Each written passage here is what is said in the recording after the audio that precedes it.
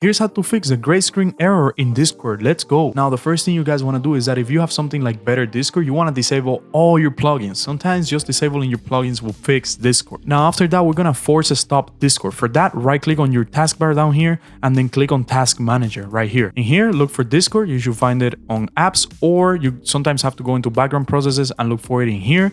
And then just go ahead and select it and click End Task. Now, sometimes, like I was saying, you're going to have to go through background processes if Discord is running in the background. Now, after you have completely closed Discord, it's not even showing here or on your task manager, just go ahead and press the Windows key plus R at the same time, and that is going to open the run command. Now, once you have the run command open, I want you to type percentage app data and then percentage, just like that. Percentage app data percentage, and then hit OK. Now that is going to open this folder in here, and you're going to look for another folder called Discord. And once you see the Discord folder, select it and then just delete it. You could select it and delete it. You could right click and hit delete. Just get rid of that folder from here. Now head over to the search menu and search for Discord here. Right click on it and then run it as an admin this time. You might get a quick pop-up. Just go ahead and allow this app to run, and now you should be able to use Discord once again. If this video helped you out, don't forget to subscribe, and I'll see you guys next time.